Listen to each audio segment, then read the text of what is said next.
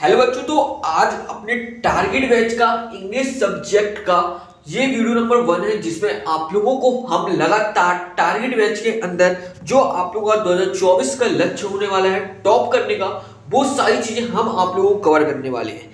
आज की वीडियो में हम आप लोगों को इंग्लिश सब्जेक्ट का एक ऐसा ब्रह्मास्त्र देने वाले हैं जो आप लोगों को पेपर में कंफर्म आता है और आप लोगों के 3 नंबर आज की इस वीडियो में पक्के होने वाले हैं। कोई चीज हम आपको याद नहीं करवाएंगे, हमेशा आपको एक ऐसा अलग कंटेंट प्रोवाइड करेंगे जो ना आपने यूट्यूब चैनल पे देखा होगा, ना कोई टेलीग्राम चैनल पे देखा होगा। हमेशा एक अलग चीज, अलग स्ट्रेटजी के साथ आप लोगों को सिखाना है, सिर्फ मकसद, और आप लोगों को टॉप कराना है। ठीक है ना। तो आप लोग ने इससे पहले अपने टेलीग्राम चैनल को ज्वाइन नहीं किया है तो ज्वाइन कर लीजिएगा। वहां पे भी एक टॉपर बैच चल रहा है जहां पे हम आप लोगों को कुछ questions, limited questions, important question जो आपके पेपर में आने वाले हैं वो क्वेश्चंस हम आपको वहां पे प्रोवाइड कर रहे हैं। तो आप लोग जरूर जाके इसको ज्वाइन कर लीजिएगा। आज का अपना टॉपिक है सेंट्रल आइडिया। ये एक ऐसा टर्म है जो आप लोगों ने हमेशा अपने पेपर में देखा होगा और 3 नंबर में ये आप लोगों को आता ही आता है। हम आप लोगों को सेंट्रल आइडिया की ऐसी ट्रिक बताएंगे जिससे कि आप लोग कोई भी सेंट्रल आइडिया आता है तो आप लोग बहुत ही आसानी से लिख सकते हैं और अपने नंबर को कंफर्म कर सकते हैं। 3 नंबर आपके पक्के हो जाएंगे। तो चलिए अपन लोग उस ट्रिक को जानते हैं। तो सबसे पहले हमने ट्रिक को 4 पॉइंट पे डिवाइड किया हुआ है। आप लोग हर एक पॉइंट को क्लियर करेंगे और आप लोगों के 1 मार्क्स पक्के होते जाएंगे। तो चलिए हम आपको सबसे पहले बताते हैं सेंट्रल आइडिया लिखना है तो आप लोग करेंगे क्या। ठीक है ना। पहला पॉइंट है आप लोगों का, सबसे पहले आपको द पोयम लिखना है। जो भी सेंट्रल आइडिया आपको लिखने को आया है उसका नाम, और आपको ये डबल इन्वर्टेड कॉमा भी जरूर लगाने हैं। उसके बाद इस कंपोस्ट बाय ऐसा लिखना है सेम टू सेम, और जो भी सेंट्रल आइडिया आया है उसके पोएट का नाम आप लोगों को लिखना है। राइट, ये चीज़ आप लोग अच्छे से कंफर्म कर लीजिएगा। ये पॉइंट्स जो आप लोगों को हमने बताए हैं ये आप लोगों के सारे सेंट्रल आइडिया पे कॉमन होने वाले हैं और इन्हीं पॉइंट्स को लिखना है आपको। चीज़ हम आपको अभी एग्जाम्पल के तहत सब कुछ क्लियर कर देंगे। अभी आप लोगों को इतना क्लियरिटी नहीं हुआ होगा कि हम कहना क्या चाहते हैं। राइट, पोएट का नाम लिखने के बाद आप लोगों को जहाँ पे हर सेंट्रल आइडिया में एक चीज़ और कॉमन लिखनी है, दिस पोयम सो द। ठीक है ना, ये चीज़ आपको कॉमन लिखनी है। चलिए अब हम आपको एग्जाम्पल लेंगे। जो भी अभी तक हमने बोला है वो सारी चीज़ आपको एक बार में पूरी की पूरी क्लियरिटी आ जाएगी। ठीक है ना। चलिए तो देखिए एग्जाम्पल आप लोगों का ये है, यहाँ पे आप लोग के सामने लिखा हुआ है कि द पोयम। देखिए the poem as it is लिखा था अपन ने। उसके बाद माई मदर एट 66, ये चीज़ आप लोगों का एक कॉमन टर्म है। ठीक है, तो ये इस प्रकार से आप लोगों को लिखना है। ये हर चीज़ में आप लोगों का सेम जाएगा। यहाँ पे जो भी सेंट्रल आइडिया आया है उसका आप लोगों को नाम लिखना है। उसके बाद फिर इस कंपोस्ट बाय, ये चीज़ आप लोगों की हर सेंट्रल आइडिया में कॉमन जाएगी। इसके बाद जो भी सेंट्रल आइडिया का पोएट है उसका आप लोगों को नाम लिखना है। राइट, ये चीज़ आप लोगों का क्लियर हुआ होगा। चलिए उसके बाद हमने आपको बताया था दिस पोएम सोदा, आप लोगों को ये भी हर सेंट्रल आइडिया में कॉमन जाएगा तो आप लोगों को इसको भी एज इट इज लिख लेना है। अब इसके आगे आप लोगों को क्या लिखना है वो चीज़ हम आपको बताते हैं। तो यहाँ तक यदि आपने इतना भी पेपर में लिखाते हैं तो आपका 1 नंबर कंफर्म हो जाएगा। क्यों? क्योंकि जो एग्जामिनर होता है वो सिर्फ ये चेक करता है कि आपने जो आपको सेंट्रल आइडिया दी गया है उसका पोएट का नाम आपने सही लिखा है या फिर नहीं लिखा है। यदि आपने सही लिख दिया और ये लाइन लिख दी तो आपको यहाँ तक 3 नंबर भी मिल सकते हैं और मिनिमम 1 नंबर आपका पक्का हो गया। अब 3 नंबर हम कैसे कह रहे हैं, क्योंकि कई कई एग्जामिनर होते हैं बस पहली लाइन चेक करते हैं, राइट मार के 3 नंबर देके आगे बढ़ जाते हैं। यदि ऐसा कोई एग्जामिनर आपका फंस गया तो आप लोग के 3 नंबर पक्के हो जाएंगे। राइट, लेकिन अब अपन लोग आगे बढ़ते हैं और आपको आगे क्या लिखना है उसके बारे में बात करते हैं। तो अब अपना आता है पॉइंट नंबर 2 की आप लोग सेंट्रल आइडिया को आगे कैसे बढ़ाने वाले हैं अपने। ठीक है ना। तो आप लोग पॉइंट नंबर 2 यहाँ पे हिंदी में लिखा है हमने, पढ़िए आप लोग एक चक्कर। इस पोएम की स्टार्टिंग में आप लोगों को पोएट ने क्या बोला है।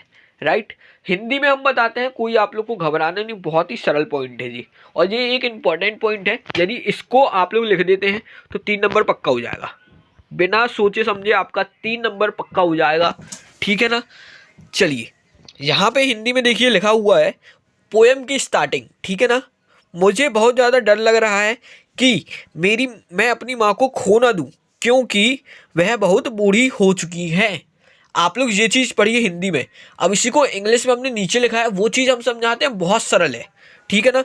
मुझे बहुत ज़्यादा डर लग रहा है कि अपनी माँ को खो ना दूँ क्योंकि वह बहुत बूढ़ी हो गई है।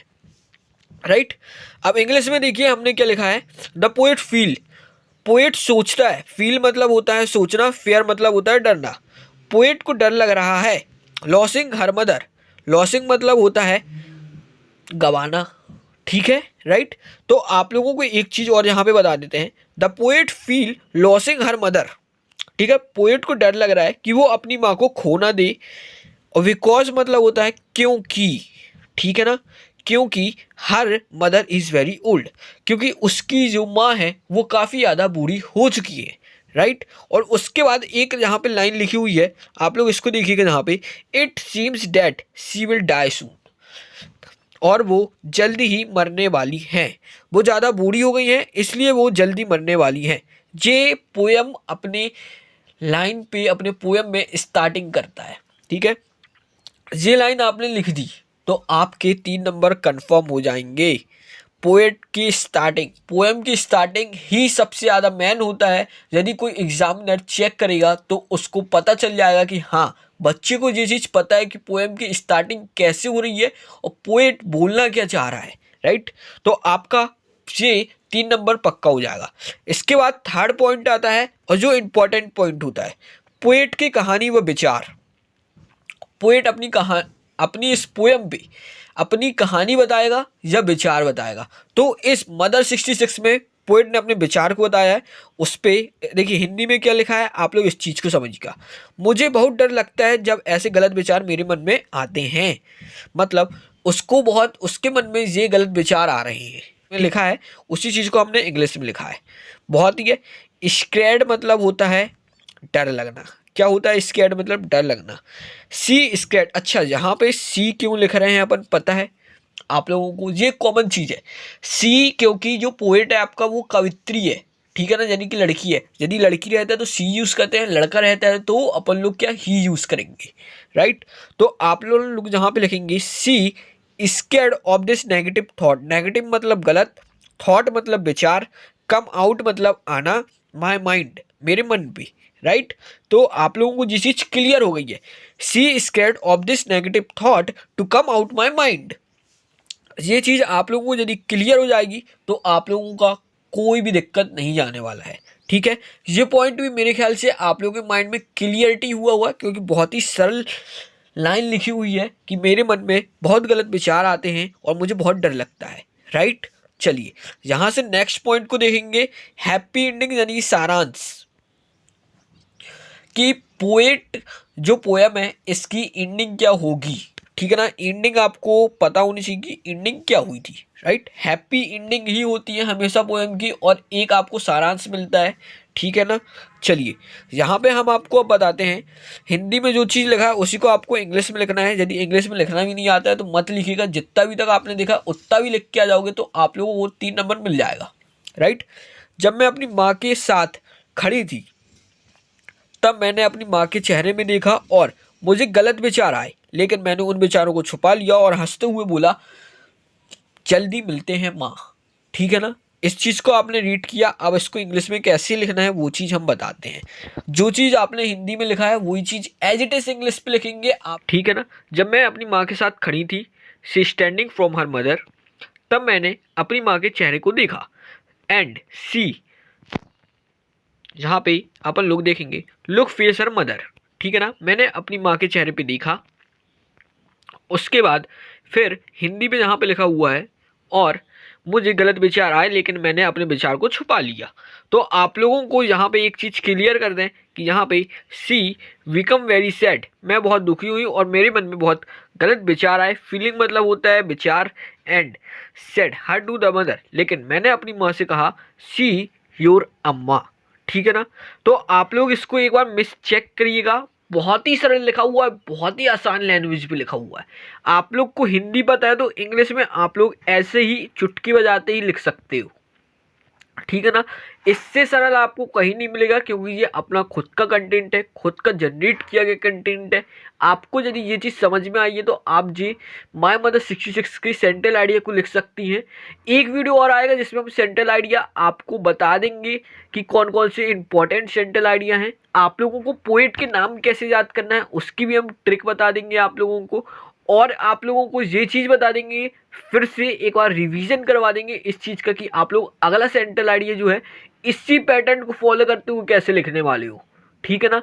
और इसका पीडीएफ आपको अपने टारगेट बैच पे मिल जाएगी, तो आप लोग जल्दी से जल्दी इसको इनरोल कर लीजिए, क्योंकि काफ़ी कम टाइम के लिए ये लिमिटेड ऑफर है। 220 रुपये में आप लोगों को ऐसा कंटेंट मिलेगा जहाँ पे आपको paper, notes, DPP, short tricks सब कुछ आप लोगों को वहाँ पे उपलब्ध करा दिया जाएगा।